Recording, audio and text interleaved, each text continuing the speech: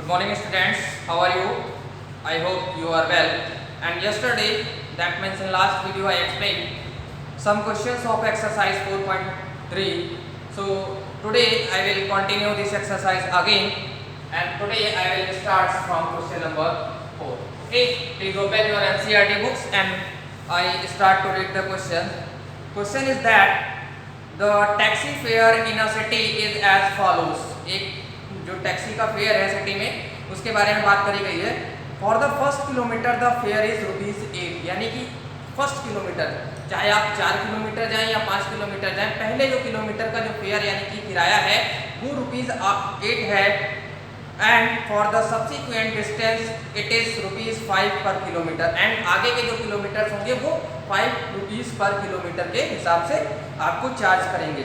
Clear. Taking the distance covered as x kilometre and total fare as ₹y, write a linear equation for this information and draw its graph. यानी एक city के fair के बारे में, जो taxi का fair है उसके बारे में बात करी गई है.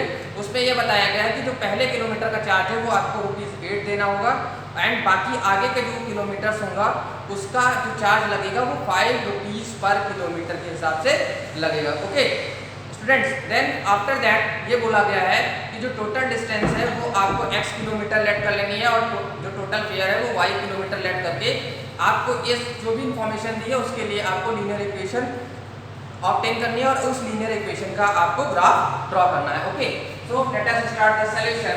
What is given? Fare for first kilometre. First kilometre is equal to कितना है? ₹8. Clear. Then let total distance is equals to x kilometer and total fare, sorry distance here will be distance, total fare is equals to ₹y. Then how can you obtain the total fare? According to question, अब total fair जैसे मान लो हमने 20 kilometre हमको जाना है तो 1 kilometre का तो हमको देना ही देना है ₹8. क्लियर. और बाकी के जो 19 किलोमीटर रिमेनिंग बचे उनका क्या करना है? 19 into 5 करना पड़ेगा. क्यों? क्योंकि अकॉर्डिंग टू क्वेश्चन सब्सिक्वेंट जो किलोमीटर्स हैं फ्रॉम आफ्टर फर्स्ट किलोमीटर उसका जो चार्ज है वो आपका कितना है? ₹5 पर किलोमीटर. तो टोटल फेयर कितना हो जाएगा? x 8 तो होगा ही. टोटल जो डिस्टेंस थी वो x किलोमीटर थी. 1 किलोमीटर का चार्ज हम दे चुके हैं तो हमारे पास डिस्टेंस कितनी बचेगी? x - 1 और उसका जो चार्ज होगा वो कितना होगा? ₹5 पर किलोमीटर के हिसाब से. देन y इक्वल्स टू कितना हो जाएगा? x plus 5x minus 5. Then it becomes 8 - 5 that is 3. Then यहाँ पे हो जाएगा 5x प्लस 3.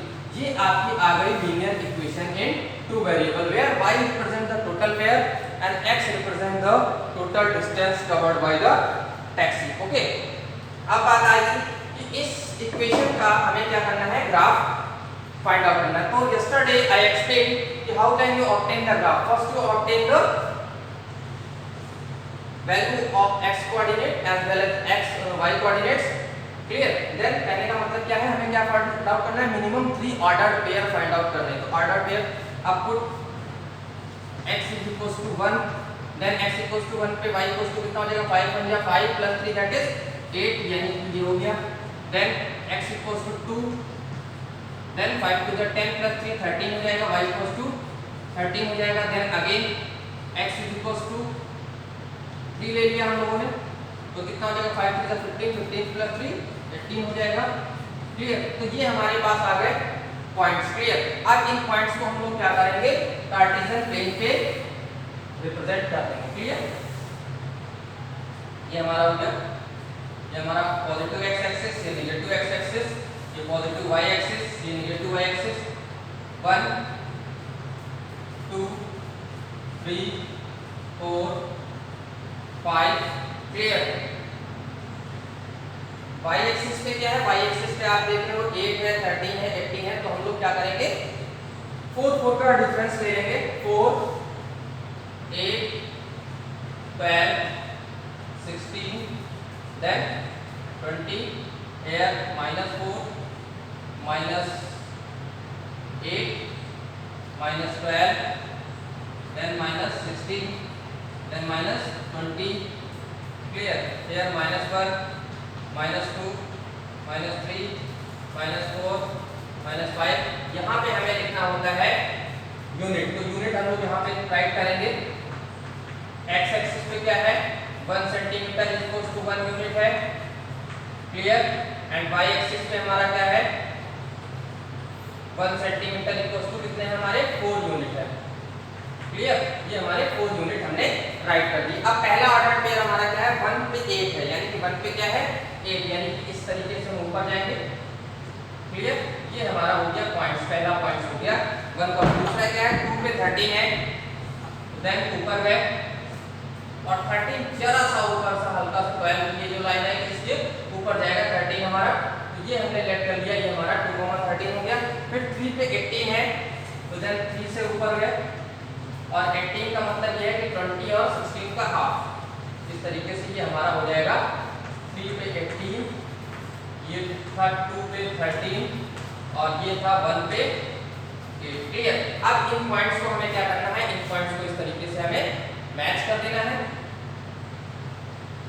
और ये हमें क्या दे रहे हैं इस तरीके से एक स्ट्रेट लाइन दे रही है। ये इक्वेशन किसकी है इक्वेशन हमारी क्या थी y = 5x + 3 क्लियर यहाँ पे ठीक है तो this is the method by which you can obtain the graph for this question. Have you understand? Please note the solution.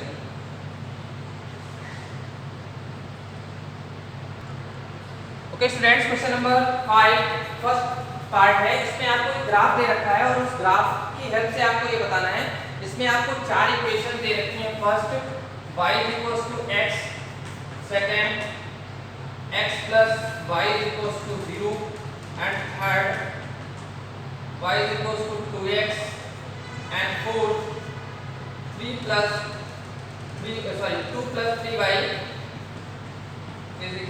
7x ये 4 इक्वेशंस हैं और आपको आइडेंटिफाई ये करना है कि ये जो ग्राफ है या ये जो लाइन है वो किस इक्वेशन की है क्लियर ये स्ट्रेट लाइन जो है वो किस इक्वेशन को रिप्रेजेंट कर रही है। तो अब यहाँ से अगर हम बात करते हैं तो ऑर्डर्ड पेयर जो हमारे पास है वो हमारे पास ऑर्डर्ड पेयर जो है वो निकल के कितने आ रहे हैं 3 ऑर्डर्ड पेयर दिए हुए क्लियर।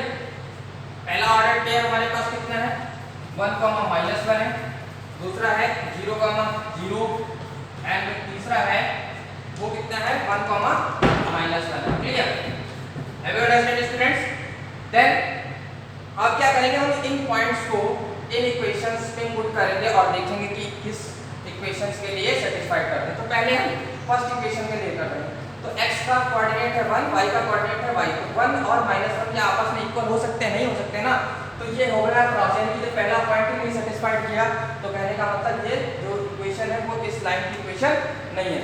फिर आते हैं बात करते हैं 0, 0 यानी कि सॉरी सेकंड के लिए x + y = 0 के लिए तो पहला क्या है 1 + -1 यानी कि 1 और -1 को अगर हम ऐड कर रहे हैं तो हमें 0 मिल जाएगा पहला पॉइंट सेटिस्फाइड हो गया। दूसरा 0 + 0 करेंगे तब भी 0 मिल जाएगा यानी कि दूसरा पॉइंट भी सेटिस्फाइड हो गया। तीसरा x की जगह पे 1 रखेंगे y की जगह पे -1 रखेंगे तो भी ये सेटिस्फाइड हो जाएगा यानी कि कहने का मतलब क्या हो गया ये जो इक्वेशन है वो किसी ये जो लाइन है वो किस इक्वेशन की होगी सेकंड की। बट हम लोग थर्ड और फोर्थ के लिए भी चेक कर लेते हैं एक बार। फर्स्ट अब क्या है x की वैल्यू 1 रखी तो 2 × 2 आया y की वैल्यू -1 तो क्या 2 और -1 कभी इक्वल हो सकते हैं नहीं हो सकते ना तो ये क्रॉस हो गया। अब आते हैं थर्ड फोर्थ पे 2 + 3y = 7x है y की जगह हमने -1 रखा तो यहाँ पे कितना मिलेगा -3 + 2 हमारा कितना आएगा -1 और 7 बन जाए 7 यानी कि -1 और 7 कभी भी इक्वल नहीं हो सकते। तो this is the graph of तो किसका हो गया x + y = 0 का है यानी कि this graph of this equation. Have you understand please note the solution.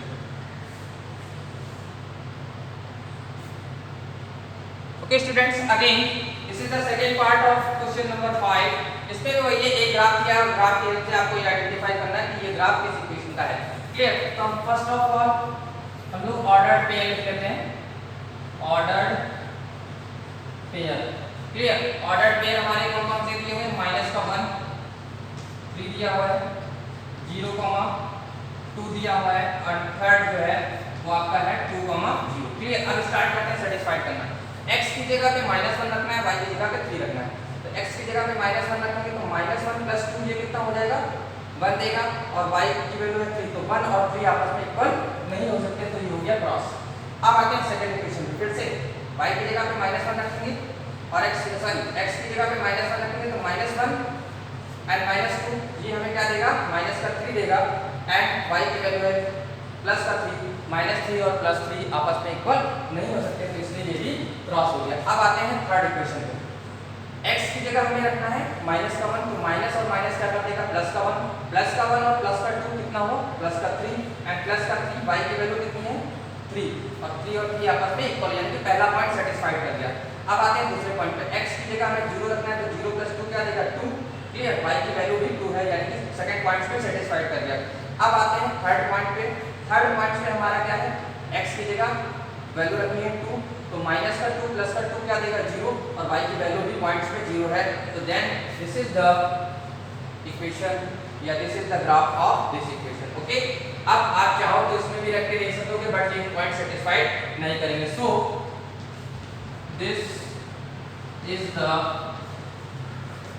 Graph of किसका है, थर्ड इक्वेशन का, y -x + 2। Have you understand students? Please note the solution. Okay students, next question.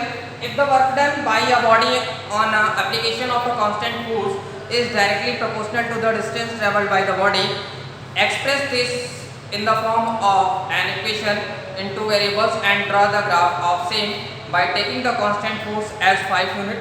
Also read from the graph the work done when the distance traveled by the body is 2 unit and 0 unit.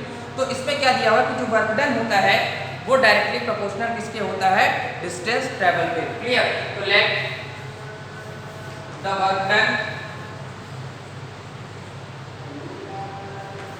Done is equals to x। Clear, and distance travelled वो आपकी है y unit. Clear, अब according to question क्या दिया हुआ है कि जो वर्क डन है डायरेक्टली प्रोपोर्शनल है वो किसके, y के। क्लियर, जब प्रोपोर्शनलिटी का साइन हम लोग रिमूव करते हैं तो एक कांस्टेंट आ जाता है, और उस कांस्टेंट को ही ये क्या बोलते हैं, फोर्स बोला गया है। यहाँ पे कांस्टेंट फोर्स है और उसकी वैल्यू गिवन है, a की वैल्यू कितनी दी हुई है, 5 यूनिट दी हुई है। क्लियर, तो then by this x equals to कितना हो जाएगा, 5y हो जाएगा। तो ये तो आ गई आपकी लीनियर इक्वेशन। क्लियर, अब इस लीनियर इक्वेशन को क्या करना है, ग्राफिकली रिप्रेजेंट करना है। तो पहले हम लोग क्या करेंगे, पॉइंट्स निकालेंगे, y इक्वल्स टू 0 पे x इक्वल्स टू कितना हो जाएगा, वो भी 0 हो जाएगा। फिर y इक्वल्स टू 1 पे, क्लियर, कितना हो जाएगा, x equals to 5 to the 10 हो जाएगा यूनिट, यहाँ पे यूनिट आप राइट कर सकते हो। Clear, then y equals to 2 पे x इक्वल्स टू कितना हो जाएगा, सॉरी 1 यहाँ पे रखेंगे तो 5 × 5 यूनिट आएगा, and then 5 to the 10 unit यहाँ पे आएगा थर्ड वाले में। क्लियर, तो ये तो हो गए आपके पॉइंट्स, और इन पॉइंट्स को अगर आप समराइज करना चाह रहे हो टेबल बना के इस तरीके से, वो भी कर सकते हो, जो यस्टरडे मैंने आपको वीडियो में एक्सप्लेन किया था। x y 1 2 3 0 पे y इक्वल्स टू 0 पे 0 था। क्लियर, y इक्वल्स टू 1 पे 5 आया, 2 पे 10 आ गया, और इसको आपको क्या करना है, कार्टेशियन प्लेन पे एक्सप्रेस कर देना। क्लियर, ये आपका हो गया पॉजिटिव, ये निगेटिव, ये पॉजिटिव और ये निगेटिव। क्लियर, अभी आप क्या दे रहे हो, जो x की वैल्यू है वो 5 के मल्टीपल में है, तो आप यहाँ भी राइट कर ले सकते हो। 0 यहाँ पे हुआ, 5 10 15। क्लियर, इधर भी माइनस का 5 माइनस का 10 माइनस का 15, यहाँ पे आप 1 2 3 ले लीजिए, 1 2 3 4 -1 -2 -3 -4, और यहाँ पे आपको यूनिट राइट कर देनी है। x एक्सिस पे आपने क्या लिया है, 1 centimetre equals to 5 unit, and y axis पे आपने क्या लिया है, 1 centimetre equals to 1 unit. Clear, ये पहला पॉइंट हो गया ये। देन y इक्वल्स टू 1 पे x इक्वल्स टू 5 यानी कि ये पॉइंट हो गया आपका clear. Then y equals to 2 पे 10 है तो 2 पे 10 यानी कि इस तरीके से आपको ऊपर जाना है तो ये आपका पॉइंट्स हो गया और इन पॉइंट्स को इस तरीके से मैच करते हुए एक स्ट्रेट लाइन आपको मिल जाएगी क्लियर। तो this is the equation of x equals to 5 5। अब क्वेश्चन ने ये कहा कि आपको ग्राफ की हेल्प से ये रीड करना है कि डिस्टेंस अगर आपकी 2 यूनिट है क्लियर तो आपकी जो फोर्स है वो उसका रिवर्सल कितना है। तो डिस्टेंस 2 यूनिट y को हमने डिस्टेंस माना था जब 2 यूनिट डिस्टेंस थी तो 2 यूनिट पे कितना था 2 यूनिट पे जो वर्क डन था वो हमारा कितना था 10 यूनिट क्लियर।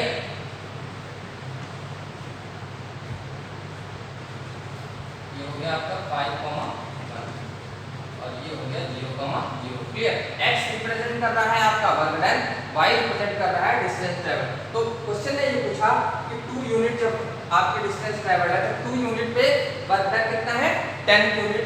यहाँ पे आप राइट कर सकते हो कि at 2 unit distance clear work done आपका कितना है 10 यूनिट है clear. And at 0 unit work done पे 0 यूनिट डिस्टेंस पे 0 यूनिट डिस्टेंस पे W आपका कितना है वो आपका 0 है क्लियर। क्योंकि जब वर्क डन आपका क्या होगा 0 है कब जब डिस्टेंस ट्रैवल्ड है 0। यहाँ से भी आप देख सकते हो क्लियर। तो this is the explanation of question number 6। Have you understand student? Please note the solution and today's class is over right now and in next video I will explain rest question of this exercise. Have you okay students? Okay, good day.